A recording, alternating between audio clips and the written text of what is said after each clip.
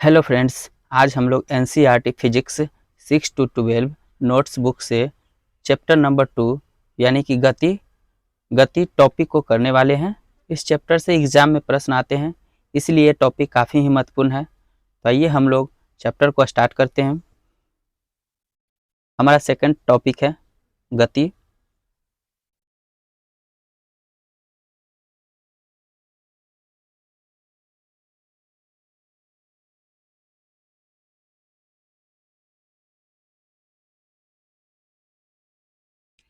दैनिक जीवन में हम कुछ वस्तुओं को विरामावस्था में तथा कुछ वस्तुओं को गतिमान अवस्था में देखते हैं। विश्व की प्रत्येक वस्तु प्रत्यक्ष या अप्रत्यक्ष रूप से गतिमान रहती है। हमारा चलना, दौड़ना, साइकिल सवारी आदि दैनिक जीवन में दिखाई देने वाली क्रियाएं हैं। गति के कुछ उदाहरण हैं। इसके अतिरिक्त परमाणु, अणु, ग्रह, तारे और आकाशगंगा भी गतिमान है। इसके अतिरिक्त परमाणु, अणु, ग्रह, तारे और आकाशगंगा भी गतिमान है।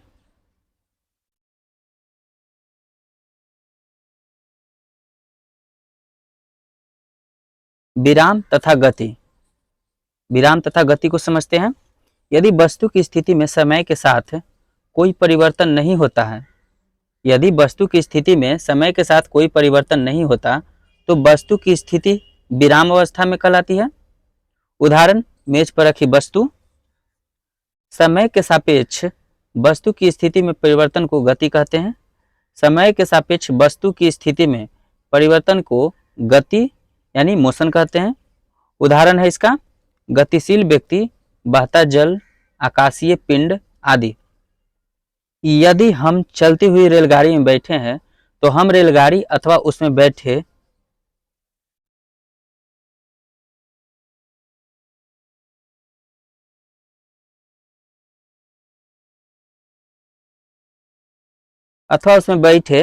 अन्य व्यक्ति के सापेक्ष विराम अवस्था में है, परंतु रेलगाड़ी के बाहर खड़े व्यक्ति के सापेक्ष गतिशील है। इस प्रकार गति तथा विराम अवस्था एक दूसरे के आपेक्षिक यानी रिलेटिव है। एक ही वस्तु किसी प्रेक्षक के विराम अवस्था में हो सकती है। एक ही वस्तु किसी प्रेक्षक यानी ऑब्जर्वर के विराम अवस्था में हो सकती है, जबकि दूसरे प्रेक्षक के लिए गति अवस्था में होगी। गति के प्रकार।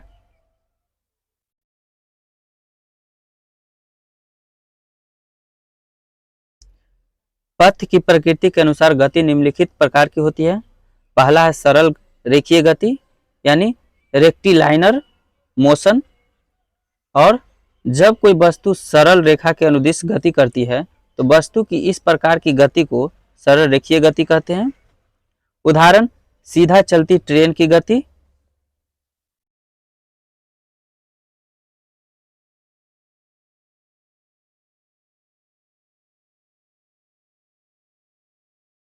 दूसरा है वृत्तीय गति यानी सर्कुलर मोशन। यदि कोई वस्तु वृत्तीय पथ पर गति करती है तो वस्तु की गति वृत्तीय गति कहलाती है। उदाहरण के लिए सूर्य के चारों ओर पृथ्वी की गति, या मौत के कुआं में जो साइकिल सवार हो या मोटर कार सवार हो उस वृत्त की ओर हमेशा गति करते रहते हैं गोल गोल, वो वृत्तीय गति में आएंगे। घूर्णन गति। तीसरा है घूर्णन गति यानी रोटेशनल मोशन। जब कोई वस्तु अपने अक्ष के चारों ओर घूमती है तब वस्तु की गति घूर्णन गति कहलाती है। उदाहरण के लिए लट्टू की गति है।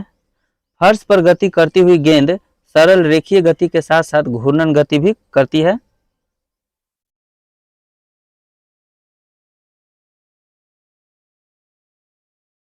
चौथा है आवर्त गति यानी ऑसिलेटरी मोशन। जब कोई वस्तु किसी निश्चित समय अंतराल के बाद अपनी गति को दोहराती है तो इस प्रकार की गति को आवर्त गति कहते हैं। उदाहरण के लिए है वृक्ष की शाखाओं का इधर उधर लहराना, झूला झूलते बच्चे की गति, सितार की डोरियों की गति, बजते समय ढोलों अथवा तबलों की गति। ये सभी है आवर्त गति। ये अपने जगह पर बार बार दोहराते रहते हैं।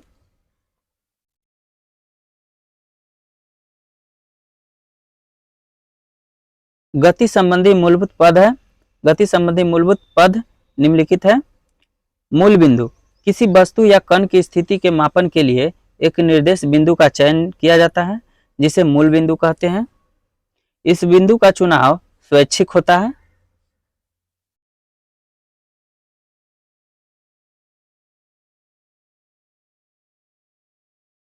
यहाँ पर दर्शाया गया है जैसे -3, -2, -1 और 0, 1, 2, 3।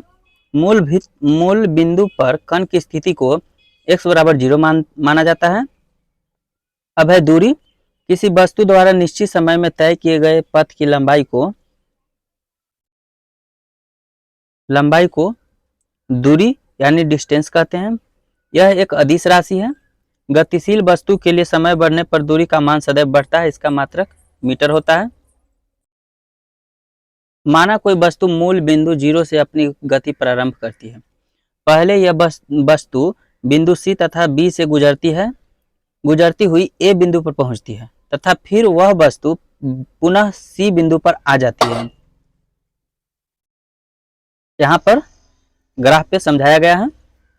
वस्तु द्वारा तय की गई कुल दूरी OA प्लस AC बराबर 60 प्लस 35 है, कुल 95 किलोमीटर है। दूरी को मापने के लिए ओडोमीटर यंत्र का प्रयोग किया जाता है।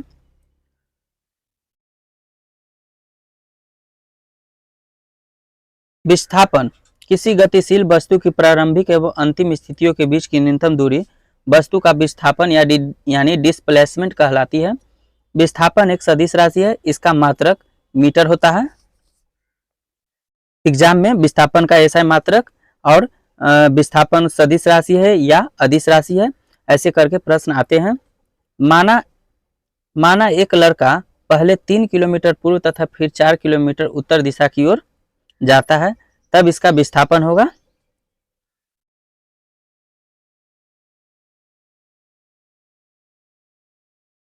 विस्थापन होगा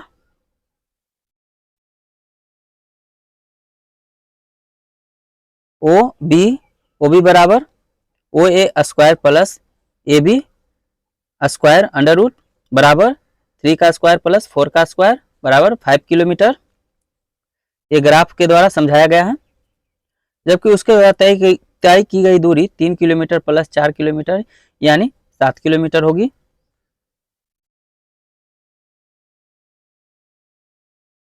इसी प्रकार यदि कोई वस्तु अपने घर से दफ्तर तक 10 किलोमीटर जाता है, तब फिर वापस घर आ जाता है, तब इस व्यक्ति का विस्थापन 0 होगा। तब तक इसके द्वारा तय की गई दूरी 10 + 10 यानी 20 किलोमीटर होगी। दूरी तथा विस्थापन में अंतर, दूरी गतिमान वस्तु द्वारा तय की गई लंबाई दूरी कहलाती है। किसी निश्चित दिशा में वस्तु की प्रारंभिक एवं अंतिम स्थितियों के बीच की दूरी विस्थापन कहलाती है। गतिमान वस्तु के लिए दूरी का मान ऋणात्मक तथा शून्य नहीं हो सकता है, अर्थात दूरी सदैव धनात्मक होती है। और गतिमान वस्तु के लिए विस्थापन का मान धनात्मक, ऋणात्मक अथवा शून्य हो सकता है। यह पथ की आकृति पर निर्भर करती है। यह पथ की आकृति पर निर्भर नहीं करता है। एक समान गति और असमान गति, एक समान गति और असमान गति का वर्णन निम्नलिखित है। एक समान गति, यदि कोई वस्तु एक नियत समय अंतराल में नियत दूरी तय करती है, तो उसकी गति एक समान गति कहलाती है। एग्जाम्पल में है, यदि कोई बस 1 घंटे में 50 किलोमीटर तथा दूसरे घंटे में भी 50 किलोमीटर की दूरी तय करती है, तब बस की गति एक समान गति कहलाती है।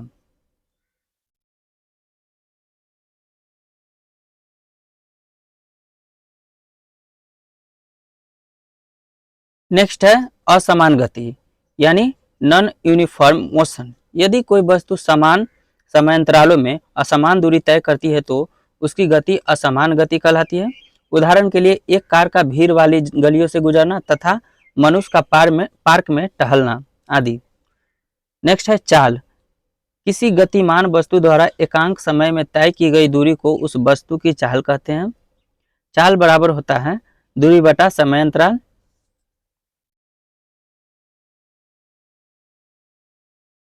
यह एक अदिश राशि है, इसका मात्रक मीटर प्रति सेकंड होता है तथा वस्तु की चाल सदैव धनात्मक होती है। चाल के प्रकार हैं, चाल के प्रकार निम्नलिखित है। एक समान चाल, कोई वस्तु जब समान समयांतराल में समान दूरी तय करती है तो इसकी चाल एक समान चाल कहलाती है। दूसरा है असमान चाल, कोई वस्तु जब समान समयांतराल में असमान दूरी तय करती है तो चाल असमान चाल कहलाती है। तीसरा है औसत चाल, वस्तु की औसत चाल उसके द्वारा तय की गई कुल दूरी तथा कुल समय अवधि का अनुपात होता है। औसत चाल बराबर होता है तय की गई कुल दूरी बटा कुल समय अवधि। यदि वस्तु t समय में s दूरी तय करती है तो इसकी चाल v बराबर s/t होगी। एक कार 2 घंटे में 100 किलोमीटर की दूरी तय करती है, इसकी औसत चाल 50 किलोमीटर प्रति घंटा है। कार पूरे समय 50 किलोमीटर प्रति घंटा की चाल से नहीं चली होगी, कुछ समय इससे अधिक तो कुछ समय इससे कम चली होगी। एग्जाम्पल में समझाया गया है। नेक्स्ट है ताक्षणिक चाल, इंस्टेंटेनियस स्पीड, किसी विशेष क्षण पर वस्तु की चाल को उस वस्तु की ताक्षणिक चाल कहते हैं।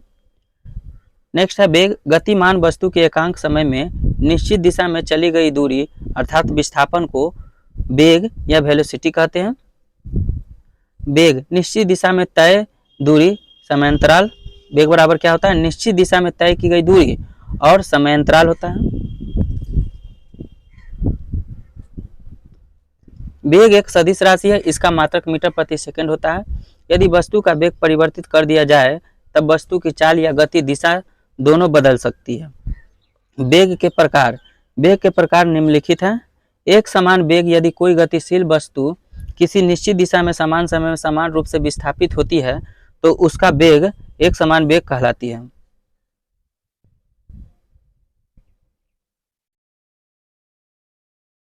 असमान वेग, नॉन यूनिफॉर्म वेलोसिटी, यदि कोई गतिशील वस्तु किसी निश्चित दिशा में असमान समयांतरालों में असमान रूप से विस्थापित होती है तो उसका वेग असमान वेग कहलाती है। औसत वेग, किसी गतिमान वस्तु के कुल विस्थापन को समयांतराल से विभाजित करने पर औसत वेग प्राप्त होता है। औसत चाल बराबर होता है कुल विस्थापन बटा कुल समयांतराल। यदि वस्तु का वेग निश्चित दिशा में एक समान दर से परिवर्तित हो रहा है तो औसत वेग बराबर क्या होगा, प्रारंभिक वेग प्लस अंतिम वेग बटा कुल वेग, यानी u प्लस v बाई 2, जहाँ u वस्तु का प्रारंभिक वेग होगा, v वस्तु का अंतिम वेग होगा। ताक्षणिक वेग, किसी गतिमान वस्तु का किसी निश्चित क्षण पर वेग ताक्षणिक वेग कहलाती है। चाल तथा वेग में अंतर, चाल तथा वेग में क्या अंतर है उसको समझेंगे। चाल और वेग, गतिशील वस्तु द्वारा एकांक समय में तय की गई दूरी को चाल कहेंगे। वहीं वेग एकांक समय में तय किए गए विस्थापन को वस्तु का वेग कहते हैं। चाल एक सदिश राशि है, वेग एक अदिश राशि है। किसी वस्तु की चाल उसके वेग के परिणाम के बराबर अथवा अधिक हो सकती है। वेग का परिणाम चाल से अधिक नहीं हो सकता। औसत चाल नियत रहती है। औसत वेग नियत नहीं होता, यह शून्य भी हो सकता है। चाल का मान सदैव धनात्मक होता है। वेग का मान धनात्मक, ऋणात्मक तथा शून्य हो सकता है। वेग में परिवर्तन की दर को त्वरण कहेंगे। गतिमान पिंड के वेग में परिवर्तन की दर को त्वरण कहते हैं। त्वरण बराबर होता है वेग में परिवर्तन बटा लिया गया समय। यदि एक वस्तु का प्रारंभिक वेग u से t समय में बदलकर v हो जाता है तो वस्तु में उत्पन्न त्वरण है a बराबर v minus u by T.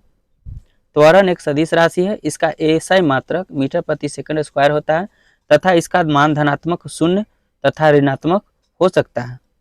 यदि त्वरण वेग की दिशा में है तो इसे धनात्मक लिया जाता है, अर्थात यदि गतिशील वस्तु के वेग में समय के साथ निरंतर वृद्धि हो रही है तो वस्तु का त्वरण धनात्मक होगा। उदाहरण के लिए पृथ्वी की ओर गिरती हुई वस्तु का वेग बढ़ता जाता है तथा वेग की विपरीत दिशा में वस्तु का वेग ऋणात्मक हो जाता है, अर्थात यदि वस्तु का वेग समय के साथ घट रहा हो तो वस्तु का त्वरण ऋणात्मक होगा। इसे मंदन भी कहते हैं। ऊपर की ओर फेंकी गई किसी वस्तु का वेग घटता जाता है। अब है त्वरण के प्रकार। त्वरण के प्रकार निम्नलिखित हैं।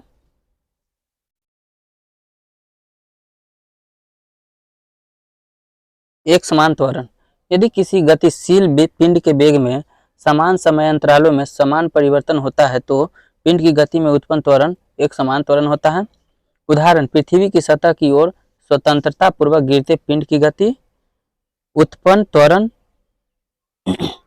एक समान। तो पृथ्वी की सतह की ओर स्वतंत्रता पूर्वक गिरते पिंड की गति में उत्पन्न त्वरण एक समान त्वरण होता है।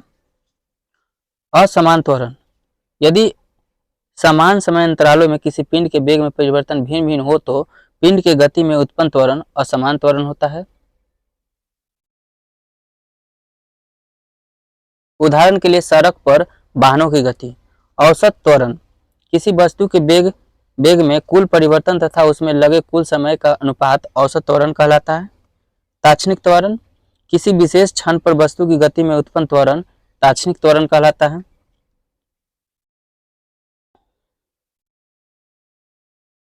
एक समान त्वरित गति के समीकरण।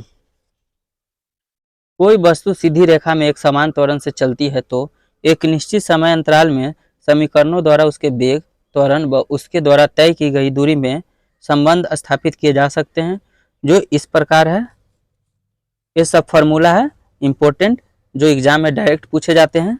यानी v बराबर u प्लस ए टी होता है और s बराबर U T plus half A T square होता है।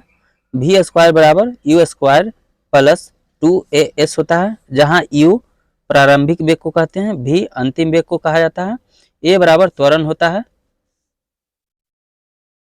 t समय होता है, s दूरी होता है।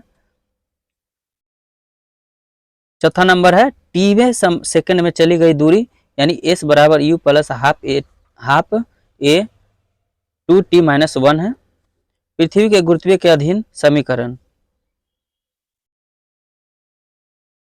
इसका समीकरण है स्वतंत्रता पूर्वक गिरती वस्तु के समीकरण निम्नलिखित है।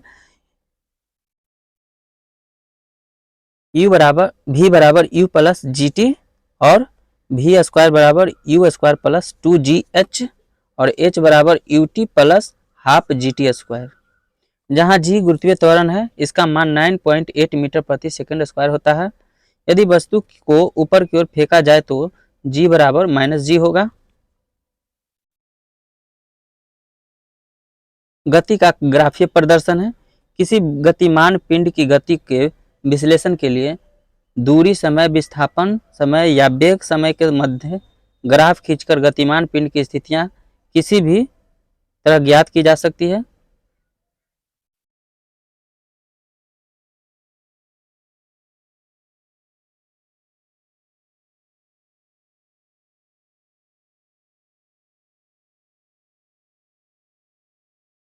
दूरी समय ग्राफ। समय के साथ किसी वस्तु की स्थिति परिवर्तन को दूरी समय ग्राफ द्वारा व्यक्त किया जाता है। इस ग्राफ में समय को x अक्ष और दूरी को y अक्ष पर व्यक्त किया जाता है। दूरी समय ग्राफ का प्रयोग वस्तु की चाल जानने के लिए भी करते हैं। इसको विभिन्न अवस्थाओं में निम्न प्रकार व्यक्त किया जाता है। एक समान चाल से गतिमान किसी वस्तु का दूरी समय ग्राफ समय अक्ष से न्यून कोण बनाती हुई एक सरल रेखा होती है। यह ग्राफ। असमान चाल से गतिमान किसी वस्तु का दूरी समय ग्राफ एक टेढ़े मेढ़े रेखा अथवा कोई वक्र होता है, जैसा कि फिगर में दिया गया है। आप लोग समझने का प्रयास कीजिएगा वीडियो पॉज करके।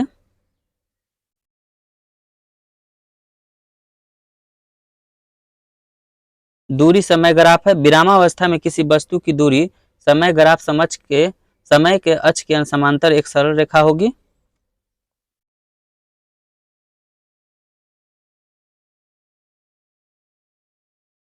दूसरा है वेग समय ग्राफ। समय के साथ वस्तु के वेग में परिवर्तन को वेग समय ग्राफ द्वारा व्यक्त करते हैं। इस ग्राफ में समय को x अक्ष पर और वेग को y अक्ष पर लेते हैं।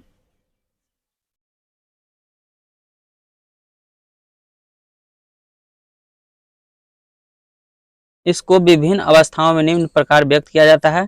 जब कोई वस्तु एक समान वेग से गतिमान होती है तो समय के साथ वेग समय ग्राफ की ऊंचाई में कोई परिवर्तन नहीं होगा और यह एक्स अक्ष के समांतर एक सीधी रेखा होगी। ग्राफ में दिया गया है।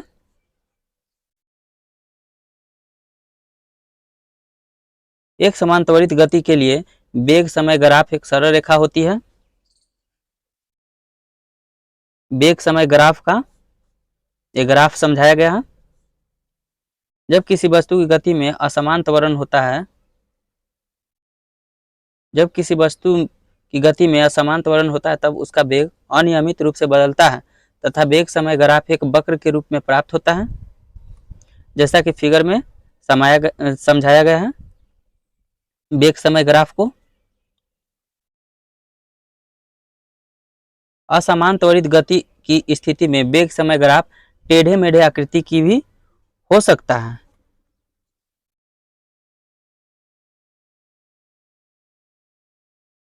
वेग समय ग्राफ द्वारा घेरे गए क्षेत्रफल से गतिमान वस्तु का विस्थापन ज्ञात किया जा सकता है।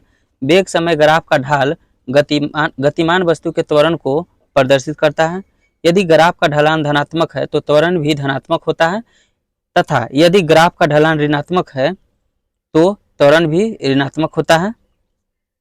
वेग समय ग्राफ से विस्थापन का निर्धारण। वेग समय ग्राफ से विस्थापन का निर्धारण कैसे करेंगे उसके बारे में समझते हैं। किसी निश्चित समय अंतराल में वस्तु का विस्थापन उसके वेग समय वक्र तथा समय अक्ष के बीच घिरी आकृति के क्षेत्रफल के बराबर होता है।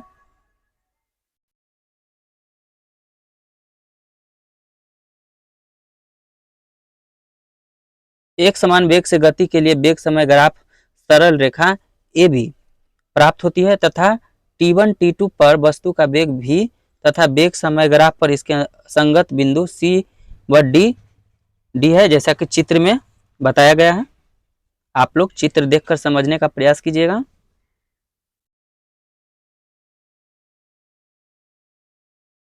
विस्थापन ज्ञात करना। समयांतराल T2 - T1 बराबर EF, वेग बराबर V बराबर FC। वस्तु का विस्थापन वेग गुने समयांतराल होता है।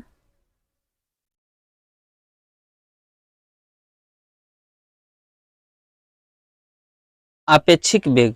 एक वस्तु का दूसरी वस्तु के सापेक्ष समय के साथ स्थिति में परिवर्तन की दर एक वस्तु की दूसरी वस्तु के प्रति सापेक्ष वेग अथवा आपेक्षिक वेग कहलाता है। एग्जाम्पल में है, यदि रेलगाड़ी ए तथा बी के वेग क्रमशः यू भी ए तथा भी बी है तथा रेलगाड़ी की दिशा एक समान है तब रेलगाड़ी ए के सापेक्ष रेलगाड़ी बी का वेग होगा।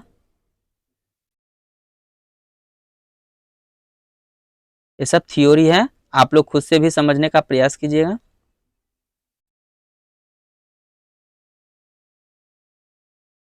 नेक्स्ट है एक समतल में गति। यदि किसी वस्तु पर आरोपित बल की दिशा वस्तु के प्रारंभिक वेग की दिशा से भिन्न हो तो वस्तु के वेग का परिणाम एवं दिशा दोनों ही समय के साथ परिवर्तित होते रहते हैं तथा वस्तु वक्र पथ पर गति करती है, तब इस प्रकार की गति को समतलीय गति यानी मोशन इन ए प्लेन या द्विमीय टू डायमेंशनल मोशन गति कहते हैं। उदाहरण प्रक्षेप गति, वृत्तीय गति आदि है।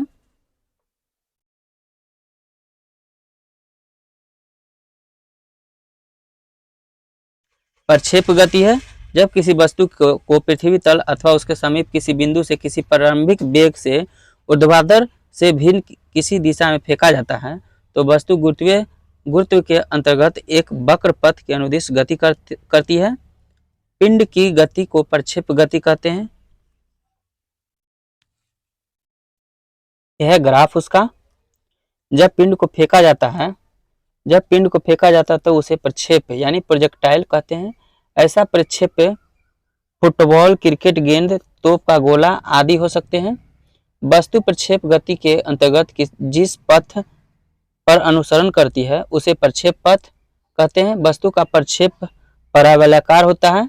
यह निम्न कारकों पर निर्भर करता है।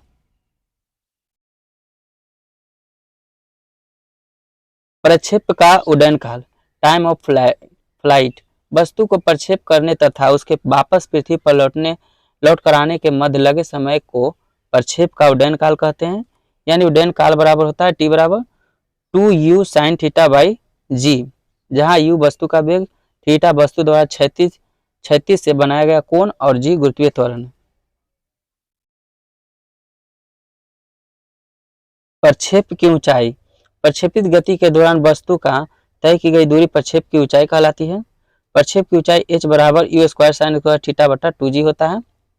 ऊंची कूद के लिए खिलाड़ी अपने शरीर को ऊर्ध्वाधर दिशा में उछालता है। प्रक्षेप का परास, रेंज ऑफ प्रोजेक्टाइल, वस्तु अपने उड्डयन काल के दौरान जितनी क्षैतिज दूरी तय करती है उसे वस्तु का क्षैतिज परास अथवा प्रक्षेप परास कहते हैं। प्रक्षेप का परास r बराबर u square sine 2 theta by g होता है।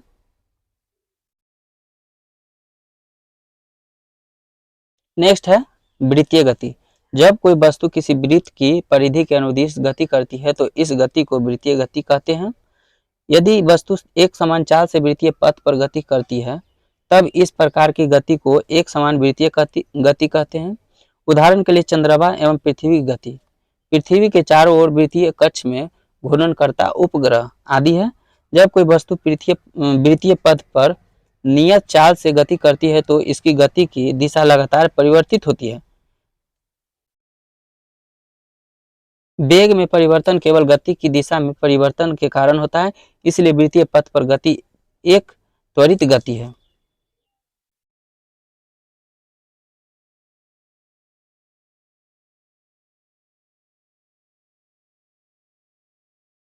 हमें ज्ञात है कि त्रिज्या r वाले वृत्त की परिधि 2 पाई r होती है। यदि कोई वस्तु r त्रिज्या वाले वृत्तीय पथ का एक चक्कर लगाने में t सेकंड का समय लेती है तब वस्तु का वेग v बराबर 2 पाई r बाई टी होगा। वृत्तीय गति के चर, वृत्तीय गति के चर निम्नलिखित है। आवर्तकाल यानी टाइम पीरियड, वृत्तीय गति में कोई कण वृत्तीय पथ पर एक चक्कर पूरा करने में जितना समय लेता है वह उस कण का आवर्तकाल कहलाता है। इसका मात्रक सेकंड होता है। आवृत्ति, वृत्तीय गति में कोई कण वृत्तीय पथ पर एक सेकंड में जितने चक्कर लगाता है वह कण की आवृत्ति कहलाती है। इसका मात्रक हर्ट्ज होता है, यानी आवृत्ति का मात्रक हर्ट्ज होता है। कोणीय विस्थापन, एक समान वृत्तीय गति करते हुए वस्तु के त्रिज्या सदिश द्वारा वृत्त के केंद्र पर अंतरित किया गया कोण उस वस्तु का कोणीय विस्थापन कहलाता है।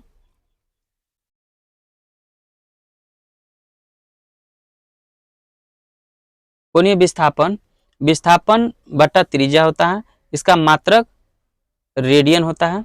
कोणीय वेग, वृत्तीय गति में किसी वस्तु के समय के सापेक्ष कोणीय विस्थापन में परिवर्तन की दर को उस वस्तु का कोणीय वेग कहते हैं। कोणीय वेग किसे कहेंगे? तो वृत्तीय गति में किसी वस्तु के समय के सापेक्ष कोणीय विस्थापन में परिवर्तन की दर को उस वस्तु का कोणीय वेग कहते हैं।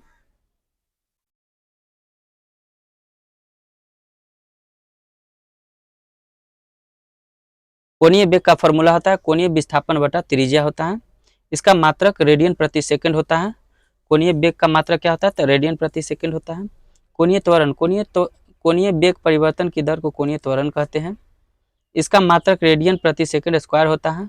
यह कोणीय वेग की दिशा में परिवर्तन के कारण होता है, इसलिए कोणीय वेग की दिशा बदलने के अनुसार समांतर इसकी दिशा वृत्त की परिधि के अनुदिश मानी जाती है।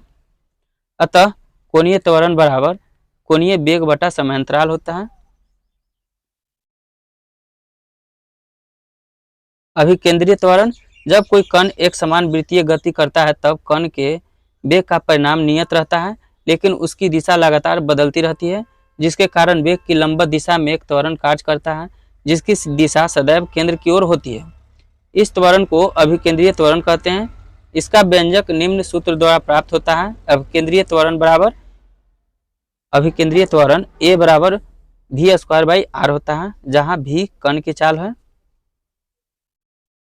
और आर वृत्तीय पथ की त्रिज्या।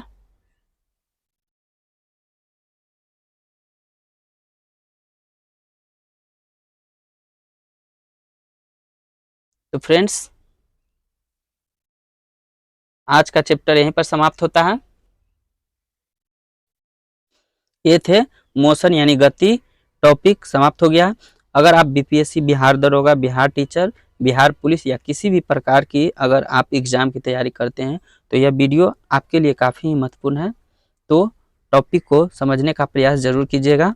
अगर हमारे चैनल पर नए हैं तो चैनल को लाइक एंड सब्सक्राइब ज़रूर कीजिएगा। Thanks for watching video.